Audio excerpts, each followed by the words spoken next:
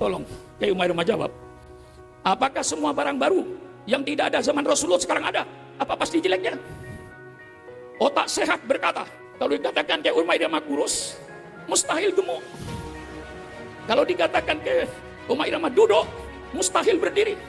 Tidak ada satu benda pada waktu yang sama mempunyai dua sifat yang bertentangan. Tidak masuk akal. Mari kita bicara. Bung Omar tahun 75 ada di mana? Sudah ada di dunia ya.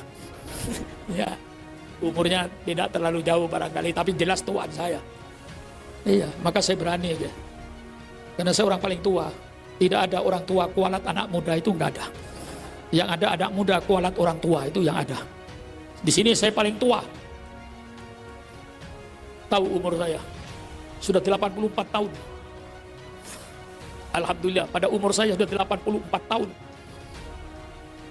Iya, tapi kalau ada yang tidak benar, saya luruskan. Meluruskan kekeliruan dan membenarkan kesalahan.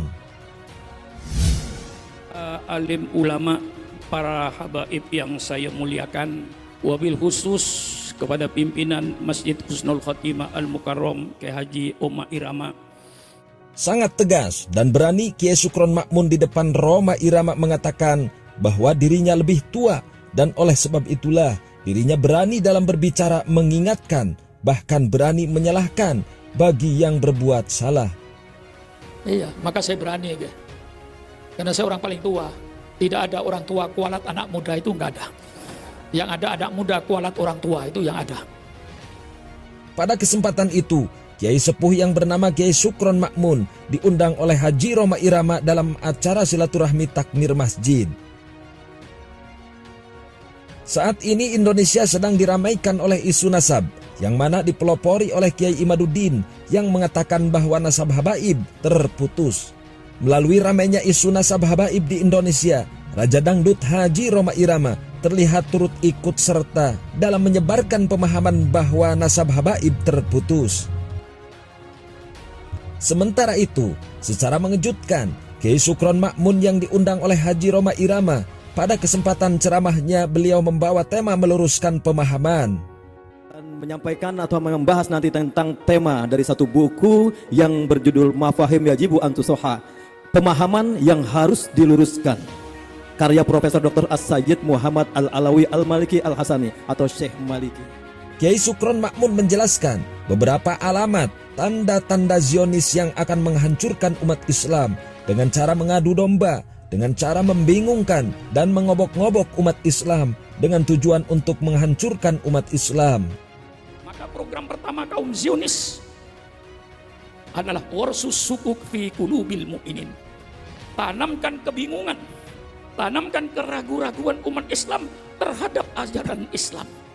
Yang kedua, program mereka itu at-tafriq bainal muslimin, bikin pecah belah di antara umat Islam ini. Ini program mereka. Dan kita harus tahu, ulama harus tahu dan harus mengerti supaya kita tidak bikin pecah belah ini. Jadi kalau ada perselisihan di dalam Islam, pasti mereka kaum Zionis itu masuk pada kedua kelompok yang berbeda paham. Masuk ke satunya, dia memanas-manasi lawan itu. Masuk ke kelompok satunya, itu tidak benar, lawan itu. Itulah pekerjaan kaum Zionis yang memecah belah umat Islam ini. Pada kesempatan itu terlihat Bang Haji Roma Irama sangat tidak nyaman dalam mendengarkan ceramah Kiai Haji Sukron Makmun, karena walaupun yang dibawakan tema meluruskan pemahaman Wahabi yang suka membid'ahkan, namun Kiai Sukron Makmun mencontohkan Zionis yang mengadu domba dan membingungkan, dan tanda-tanda itu hampir sama dengan kisruh nasab saat ini yang telah membingungkan umat Islam. Bahkan dalam kesempatan lain, Kiai Haji Sukron Makmun berbicara langsung dalam ceramahnya kepada Ketua MUI Kiai Khalil Nafis bahwa saat ini Indonesia sedang diobok-obok melalui kisruh nasab. Masyarakat yang sudah aman, tenang, diganggu lagi. Dulu diganggu dengan Wahabi, selesai.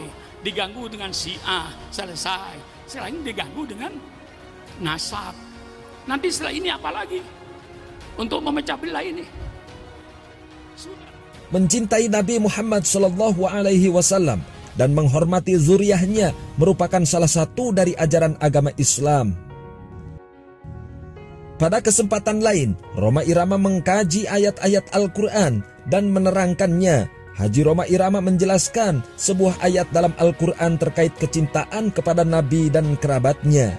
Bahwa illal mawaddata fil qurba artinya adalah kecuali cinta dan kasih sayang dalam kekeluargaan, dalam kekerabatan.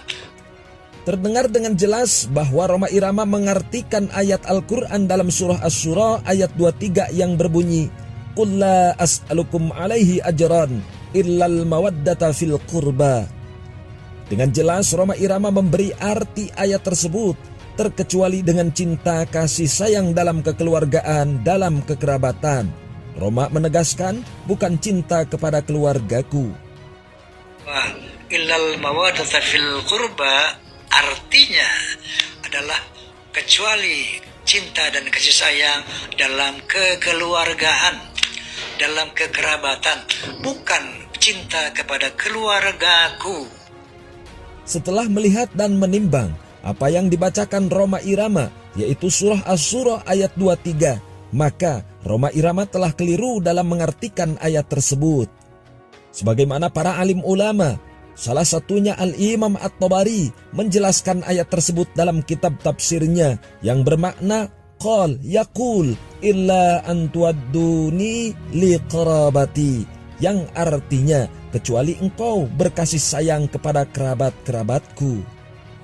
Bahkan dalam kesempatan lain, Kiai Haji Sukron Ma'mun juga menjelaskan ayat tersebut sama dengan tafsir yang disampaikan oleh Al-Imam At-Tabari dalam tafsirnya yang bermakna kerabat-kerabatku atau keluarga Nabi.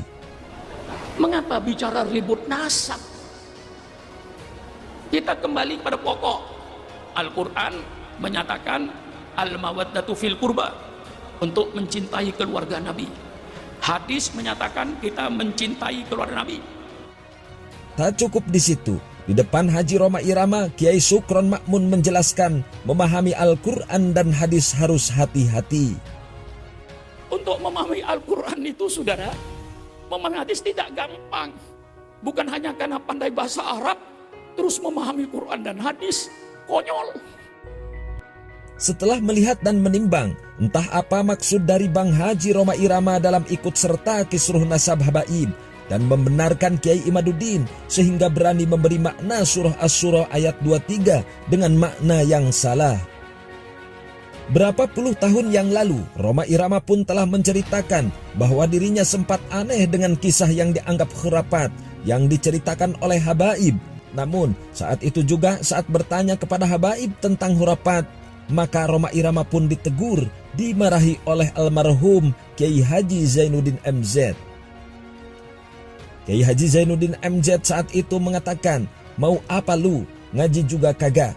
Artinya, almarhum Kiai Haji Zainuddin MZ telah lebih dulu pernah menyuruh Bang Haji Roma Irama untuk diam terkait habaib. Keraguan-raguan Roma Irama terhadap nasab habaib sudah ada dari sejak zaman dahulu.